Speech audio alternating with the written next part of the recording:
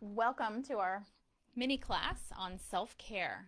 So we're going to talk about a few different things with self-care. The most important thing first is why to do it. So why have a self-care routine? And this is super important because we don't realize just how important this is until we start doing it.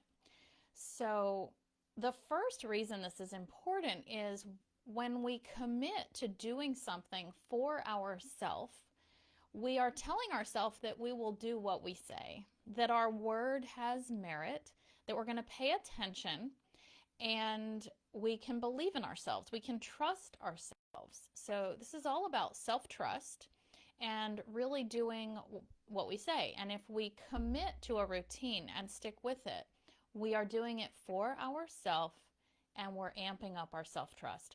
Each day that you don't want to do your routine and you do it anyway, you're chipping away at the parts of you that don't trust yourself. So this is an energetic shifting. You're healing yourself as you do these practices. The second really important reason to have a self-care routine is it puts you in control. So especially if you do this first thing in the morning, it gives your day a completely different feel. The feeling of your day is being in control, and you are the one that started your day the way you decided to. You're the one that chose to start in that way, to do those things for yourself. And it changes the entire tone of your day. It's hard to believe until you experience it. So I strongly encourage you to try and put together a self-care routine that you can do first thing when you wake up, because it's going to put you in control of your day, even if it's just 5 minutes. Even if it's very short to start, you can always grow it as you feel more comfortable. And this really leads into the next point, which is putting yourself first. When you commit to a self-care routine, you're putting yourself first. And if you do it first thing in the morning, you're literally putting yourself first before everyone else, before any other demand.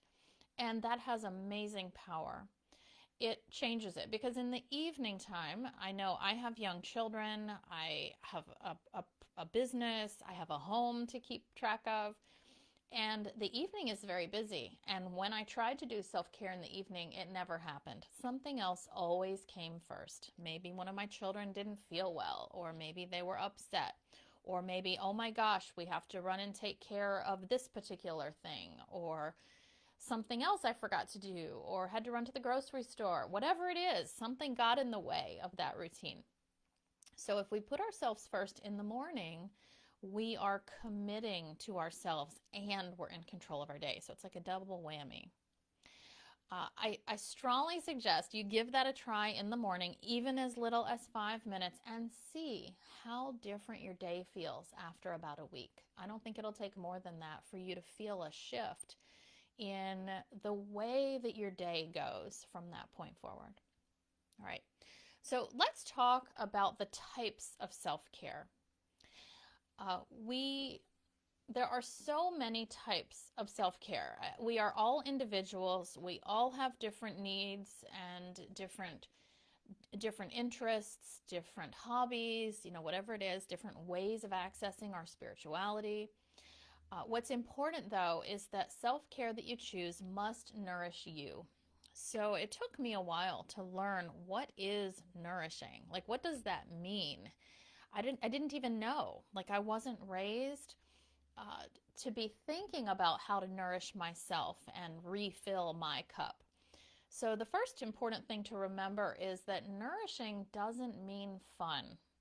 So you might have a book that you want to read. That's really not going to refill your cup. It might nourish you if it's wonderful information. And I'm not saying not to read the book. I'm saying that for your self-care routine, you need to pick activities that help nourish you from deep within. So in my experience, nourishing from deep within means it's grounding us. Typically, it's helping us get back into our body, helping us be more mindful, getting out of that busy head mind. The mind needs to get a little bit quiet. So as we get grounded and get back into our body and become more mindful, we're going to really nourish ourselves deeply.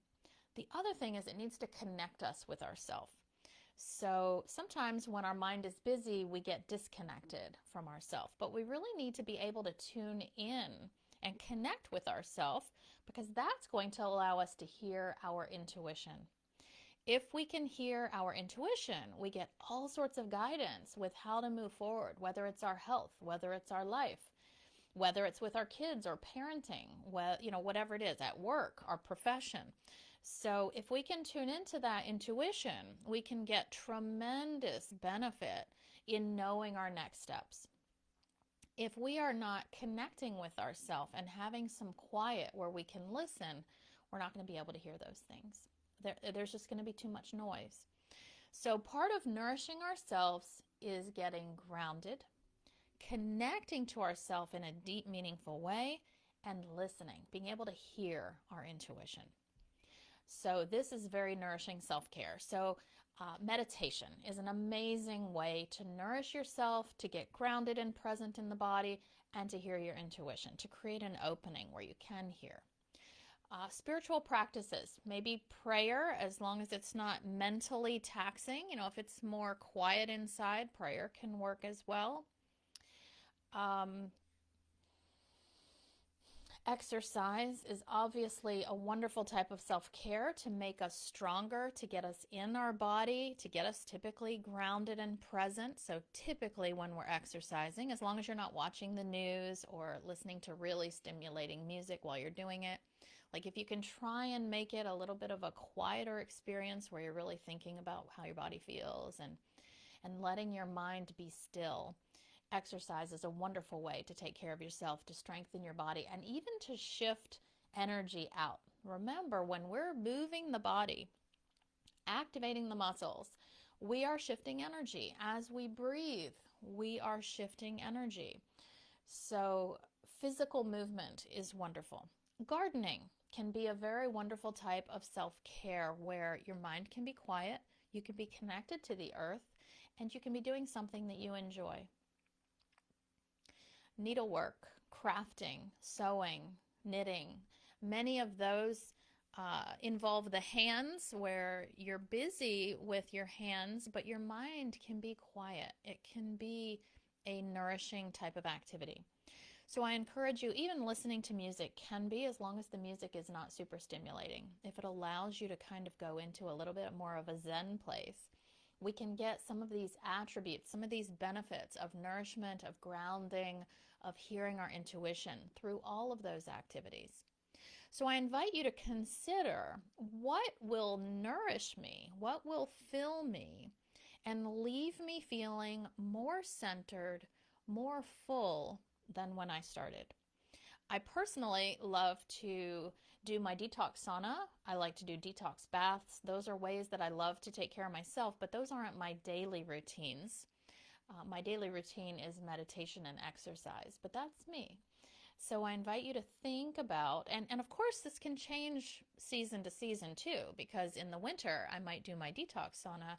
In the summer I might be in my garden. So through the seasons and as our needs seasonally change, our self-care routine can adapt, but I strongly recommend some kind of spiritual practice that can get you centered, grounded, and listening to your intuition. If this is hard for you, I actually have a class that can help you get tuned into your intuition on a much deeper and meaningful way, and actually connect to your spiritual team too. And I teach how to listen into the body and figure out next steps. So if that's something that you have trouble with and you really want to go deeper, that's a resource to look into. All right, so now let's talk about the blocks to self-care. We've talked about types of self-care, the attributes that those types need to have, and why it is so important to have a routine. We all have a crazy life that we live. Our society is so busy, so focused on achievement and social activities, and are you doing enough of this? Your kids should be in sports and they should have music, and there are just so many stresses that come at us every day for our time. So let's talk about that. The easiest way to avoid some of those blocks is putting your self-care routine first thing in the morning. Because then you can just back up your routine by 15 or 30 minutes or however long you would like for that time. And you get a jump start on your day before all of those other demands kick in. The other option is to set aside time.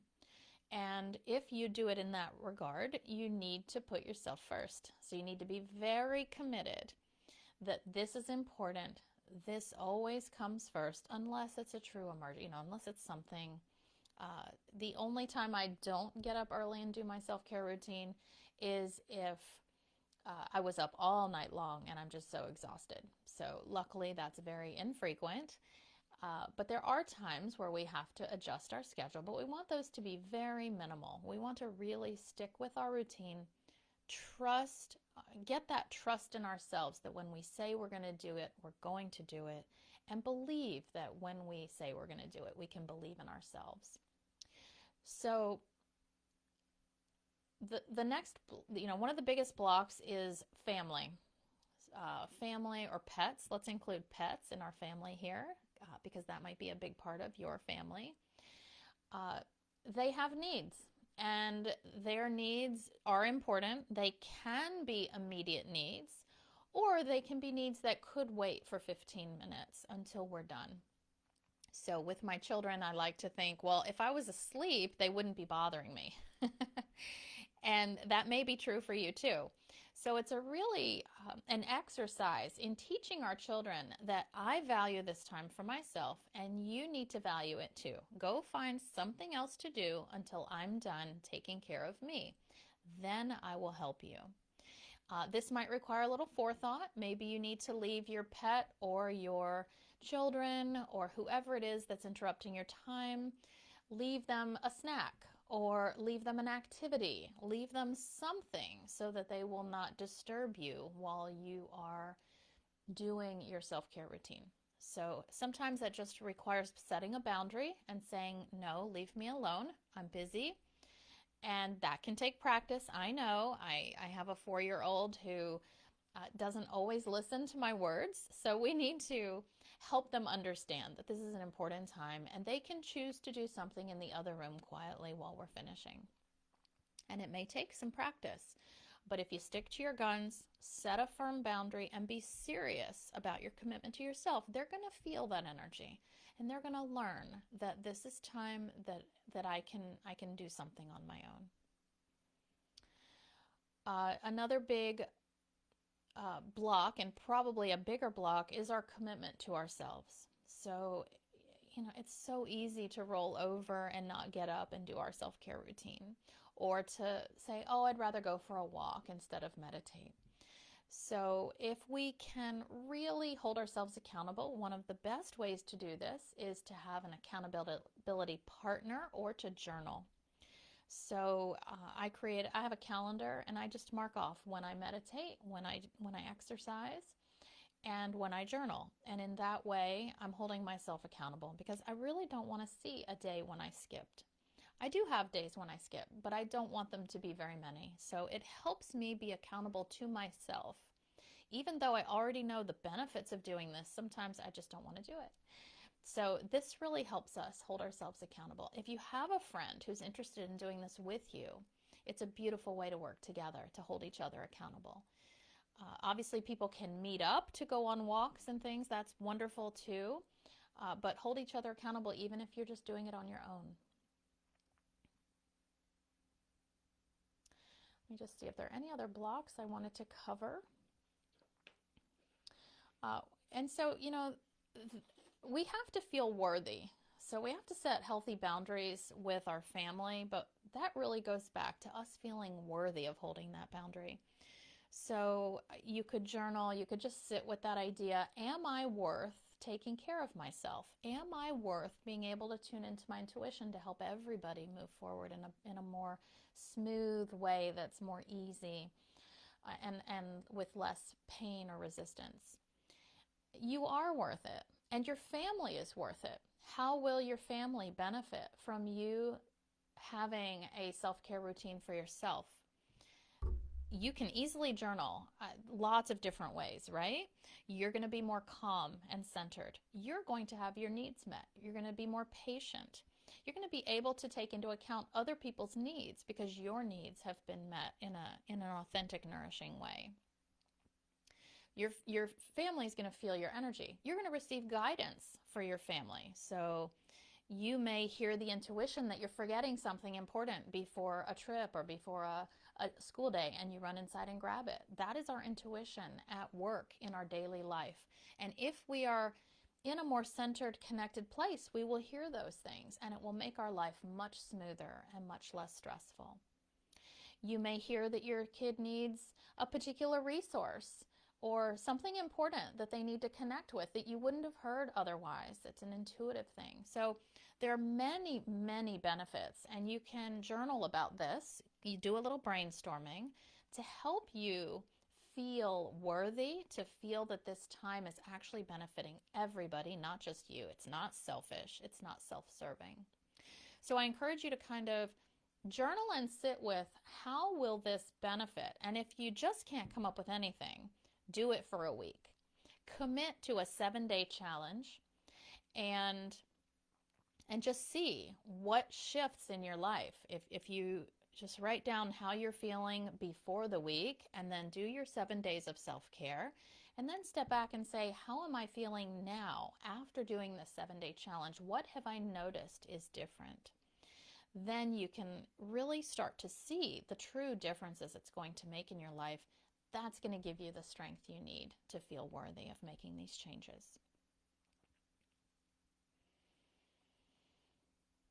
All right, wonderful. Do know that these changes, this struggle is real. It's an everyday thing. It gets easier and easier the more you do it, but don't get frustrated if you still feel resistance within you. It's a practice, just like meditation. When we meditate, our mind can get busy and start interrupting.